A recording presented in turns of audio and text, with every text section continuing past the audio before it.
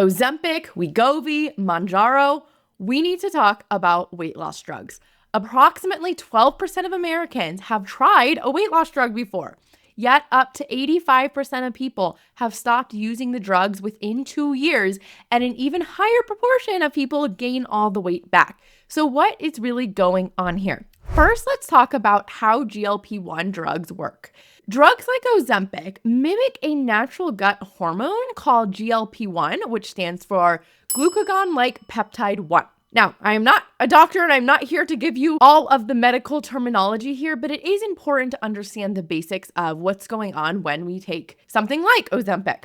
GLP-1 helps regulate our blood sugar. It slows stomach emptying and signals fullness after meals. Naturally, in our body, that just happens on the day-to-day, GLP-1 rises after eating and drops between meals. It's dynamic and changes throughout the day based on your real body cues and what's going on in your body. Ozempic is a counterfeit version of GLP-1 that stays active for an entire week in your body versus just minutes that natural GLP-1 occurs for. This is what causes constant artificial fullness, slower digestion, and reduced appetite, which is marketed as a benefit. So why are people using weight loss injectables in the first place? And what are some of the allures that you might be drawn to about it, the upsides? People report finally feeling normal around food, that they're not thinking about food all the time. Their food noise goes away. They're just able to get through the day and eat when they're hungry and then stop when they're full. They feel like they're less hungry overall. And that's because GLP-1s work by slowing down how much food leaves the stomach, making a person feel fuller. And I think for a lot of people too, there's this level of certainty that they will lose weight. And that can feel exciting and freeing to finally know that.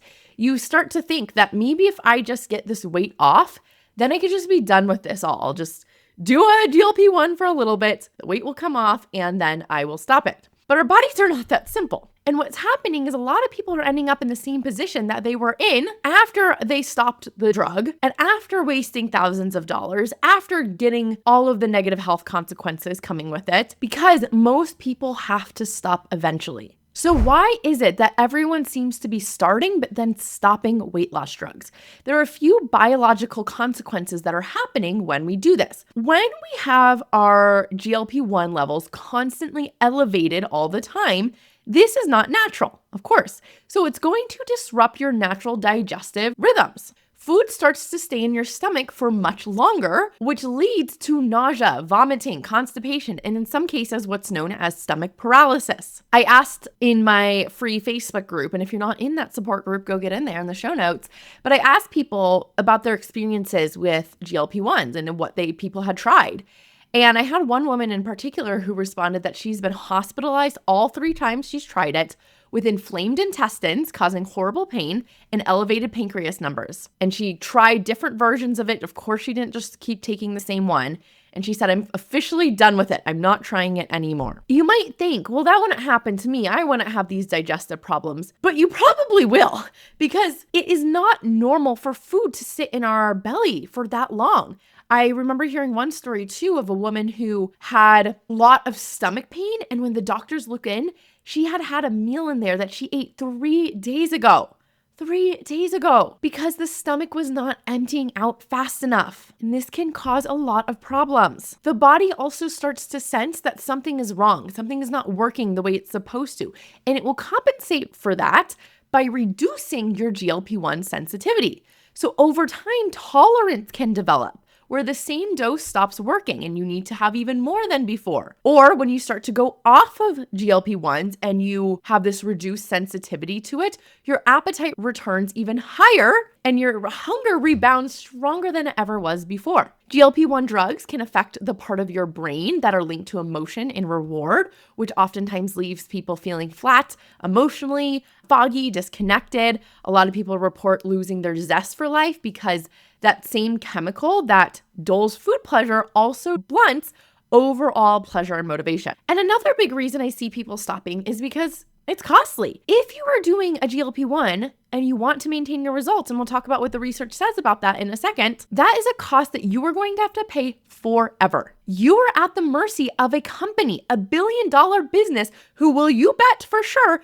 try to maximize its profits out of you and can continue to raise the prices forever. Now, I'll mention something that I consider is also an investment is coaching and working with me one-on-one. But when you do something like coaching with me, you do it once and then you are done with it for life, where you dedicate a year or less of your life. A lot of people change within my program in 4 to 5 months and they stop binge eating for good. And when you dedicate those couple months to a year to changing your brain and your eating habits, then you never have to worry about spending that money again. You have the tools, the skills, the necessary mindsets that you need to have as a normal natural eater. It always makes me laugh a little bit when someone thinks coaching is expensive because I'm like, have you looked at your other options here? Coaching is the cheapest thing you could do. If you're doing a GLP-1, you'll have to be paying hundreds to thousands every single month for the rest of your life. That will account to hundreds of thousands or even millions of dollars just spent on this one drug alone that has so many horrible consequences and side effects, versus doing something that has 0 symptoms and is just so fun and easy, which is rewiring your brain, and it actually lasts. So in the UK, the National Institute for Health and Care Excellence recommends not being on a GLP-1 for any longer than 2 years because there's such little research done on its long-term impacts. And what's interesting is what the research says about GLP-1s is they're finding a very similar statistic to diets that 95% of people, when they come off of it, will regain the weight or more. And what's really interesting is when people stop using GLP-1s, they actually regain the weight even faster than when people stop dieting. So on average, it took 5 years for people to regain all the weight that they lost with dieting, compared to just 10 months to regain all the weight on a GLP-1. Pretty fascinating, right? So maybe you're better off going on a diet than doing a GLP-1. Now, of course, I wouldn't recommend dieting either, but it is interesting to see that we've known for a long time with diets that 95% of people will also regain the weight or more. And the fact that it's happening even faster with GLP-1s should be a major red flag that this is not a sustainable solution for our body. Another quote that I found interesting was Dr. Luis J. Aron, who is a founder and former chairman of the American Board of Obesity Medicine. So this is an important guy. He said that weight gain does not mean the medications failed. In fact, they worked exactly as intended. He said what happens after stopping an obesity medication is exactly what happens after stopping a diabetes, cholesterol lowering, or a blood pressure medication. The effect of the medicine goes away and people tend to go back to where they started. I found this really interesting because I think a lot of people are viewing weight loss drugs as a solution in the cure versus temporary management, and that's really what they are. You wouldn't stop insulin and expect a person's blood sugar to stay low. We know that taking something like a blood pressure medication does not actually solve high blood pressure. It's just managing it. And in the meantime, we should be working on doing the things that we know will solve high blood pressure, like eating less sodium and exercising more. And I think we need to be thinking of weight loss drugs as the same way, that it can be a temporary solution if someone is in the place where their quality of life is heavily negative affected by their weight or diabetes or their blood sugar, but it is not the one and done solution like we are thinking of it as. So what happens when people get off of GLP-1s? They get hungry again. People describe they feel like all of their food noise returns. Their hunger comes back from a vengeance. Why is this? This is because you just artificially put your body into starvation mode. You are not accurately able to hear your hunger and fullness cues when you're on a GLP-1, so people are severely under eating, and then when they come off of it, their body is trying to get in as many calories as possible to try to prevent that from happening again. If you want to learn more about what happens when your body goes through calorie restriction, I would listen to episode 82 where I talk about the Minnesota starvation experiment. So when people are on GLP-1s, they are under eating to a severe degree, but their body can't sense it because their hunger signal is not accurately coming through strongly. This can be a huge problem. Imagine if you couldn't sense when you needed to go to the restroom. That would be catastrophic. It is the same thing with our body. Our hunger and fullness signals are there for a reason. Now, I know right now you might think, well, my hunger and fullness signals are broken. It's not that they're broken, it's that you haven't learned how to properly listen to them and how to properly fuel your body with the right foods. Once you do those two things, your body will rewire itself to not have these extreme cravings anymore. There is a solution besides taking a drug for your hunger and fullness. Something else that happens when people get off of a GLP-1 is because they usually lose weight quite rapidly, a lot of times that weight loss is also muscle loss. And when we lose muscle, it lowers our base rate of calorie burn. So because of that, you need to eat less calories overall to maintain your weight. And also, if you were to think about, let's say I just was 140 pounds my entire life, and I compared my metabolism at 140 pounds to someone who was 200 pounds and just lost weight really quickly and is now 140 pounds, the person who has been 140 pounds their whole life will actually be able to eat more because the person who just lost weight rapidly will have lost a lot of muscle. Their metabolism will have slowed down in a panic because they just underate so much that their body thinks a famine is happening. So slow is always sustainable when it comes to weight loss. That doesn't mean that weight loss isn't possible or that you're not going to be able to eat normal amounts of food ever again, but it needs to happen in a slow and sustainable way. And that's the way that I teach. And it's not something that you have to count calories for or be really specific about, but your body does not want you to be overweight. Okay. I promise you, it is not a survival benefit to be fat in this world. Your body wants you to be at a lean, healthy weight. And when, again, you're giving it the proper foods and addressing the psychology in your brain around food, your body will naturally get to that place on its own. So at the end of the day, the reason GLP-1s don't work long-term is because it's not addressing any of the root causes. It's still a temporarily band-aid fix. It's not looking at, well, why is our hunger elevated in the first place? And we're not learning any new skills. You're not learning how to sit with cravings. You're not learning any new information about your body. All you're doing is injecting a solution into you that will be removed as a solution when you're done taking it. This is why people who win the lottery often never keep any of the money or have any of the money. They're really bad with money. You might have heard this before that, people who win the lottery are much more likely to end up broke. Which is like, why is that? Doesn't make any sense. They just have so much money. It's because they never learned the skill of having a lot of money. Versus if someone works up to that point of making millions of dollars, they work on their mindset around having money. They're much more likely to keep it and invest it and save it and use it responsibly because they've built up that skill.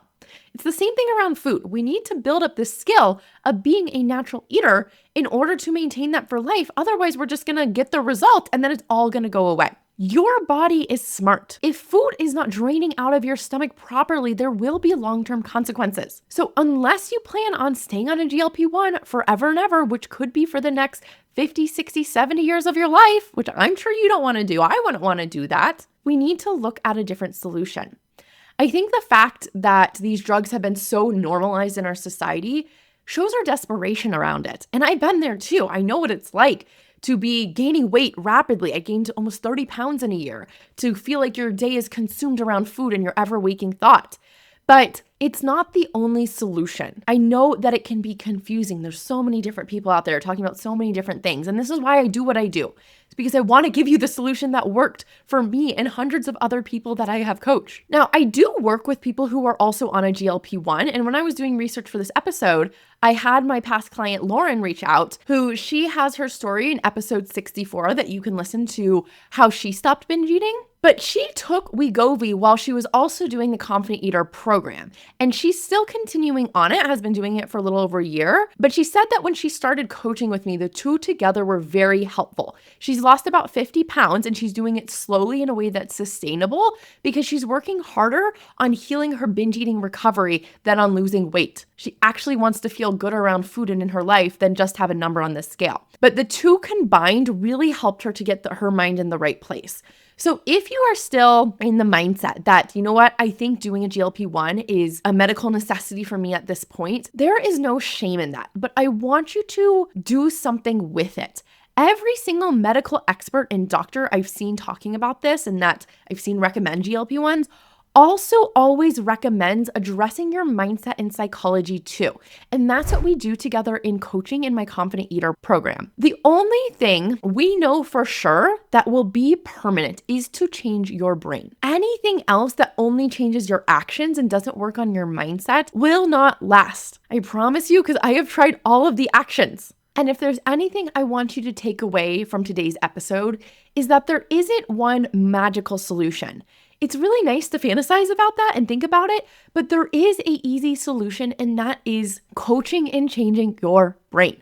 I promise you, you can get out of this without having to use a drug, a pill, anything else that's going to have a negative side effect, and I would love to help you.